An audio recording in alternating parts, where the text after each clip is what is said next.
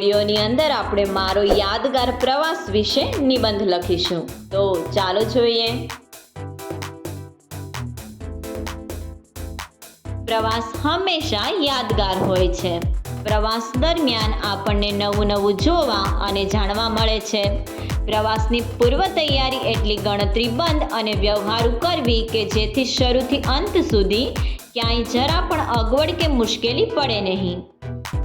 વિદ્યાર્થી જીવનમાં પ્રવાસનું ઘણું મહત્વ છે.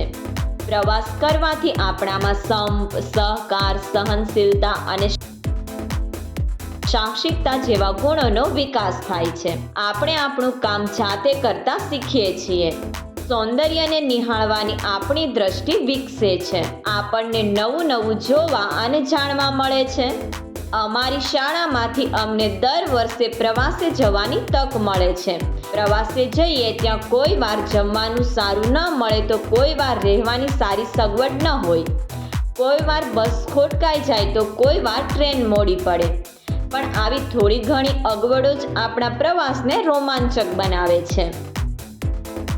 એક વખત અમારી શાળા દ્વારા કચ્છ ભુજનો પ્રવાસ યોજવામાં આવ્યો હતો. એ પ્રવાસના રોમાંચક અનુભવોને હું આજે પણ ભૂલી શકતો નથી. 5 શિક્ષકો સાથે અમે 55 વિદ્યાર્થીઓ લક્ઝરી બસ દ્વારા કચ્છ ભુજના પ્રવાસે નીકળ્યા. સવારનું ખુશનુમા વાતાવરણ હતું. સાયલા, ચોટીલા, માટેલ વગેરે સ્થળો જોઈને અમે મોરબી પહોંચ્યા. ત્યાંથી ધોધમાર વરસાદ શરૂ થઈ ગયો. અમે અંજાર પહોંચ્યા ત્યાં સુધી વરસાદ ચાલુ જ હતો. અમે ભીંજાતા ધર્મશાળાએ પહોંચ્યા. બીજે દિવસે સવારે સૂર્યનારાયણના દર્શન થયા. અમે અંજારમાં જેસલ તોરલની સમાધિ જોઈ. ત્યારબાદ અમે અંજારના બજારમાંથી સૂડી અને ચપ્પુની ખરીદી કરી. બપોરનું ભોજન કર્યા પછી અમે ભુજ તરફ રવાના થયા. ત્યાંથી ફરીથી વરસાદ શરૂ થઈ ગયો. કચ્છ ભુજમાં સામાન્ય રીતે વરસાદ ઘણો ઓછો પડે છે. તે પણ ચોમાસામાં જ પડે. દિવાળીના દિવસોમાં ધોધમાર વરસાદ તૂટી પડ્યો એ બાબત અમારે માટે આશ્ચર્યજનક હતી. અમે વરસતા વરસાદમાં ભુજના સ્વામિનારાયણ મંદિરની ધર્મશાળાએ પહોંચ્યા. કેટલાક વિદ્યાર્થીઓ અને શિક્ષકો ટાઢથી ધ્રુજી રહ્યા હતા. મોડી રાત્રે અમે ગરમ ખીચડી કઢી જમ્યા. રાત્રે વરસાદ થંભી ગયો હતો. સવારે તૈયાર થઈને અમે ભુજના જોવાલાયક સ્થળો, મ્યુઝિયમ અને મહેલની મુલાકાત લીધી. ભુજનું તળાવ પણ પાણીથી છલોછલ થયું હતું. આ કૌતુક જોવા માટે લોકોના ટોળે ઉમટ્યા હતા. બપોરે જમ્યા પછી અમે માંડવી તરફ રવાના થયા. માંડવીથી અમે માતાના મઢે પહોંચ્યા. સદભાગ્યે ત્યાં અમને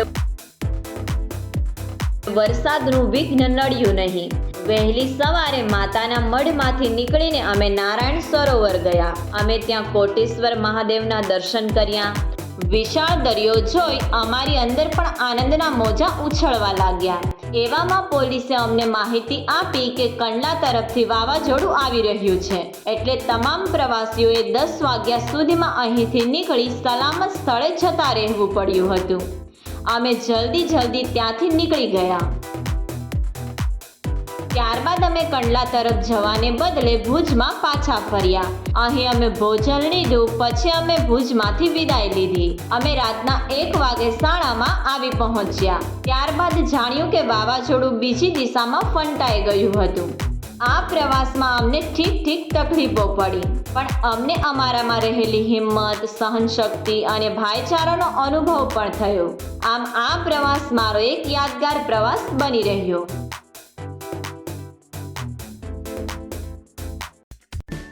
સબસ્ક્રાઇબ કરો અમારી ચેનલ ક્રેઝી કિડ્સ લર્નિંગ.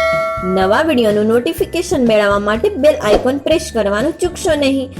અને જો તમને વિડીયો પસંદ આવે તો લાઈક અને શેર કરવાનું ભૂલશો નહીં.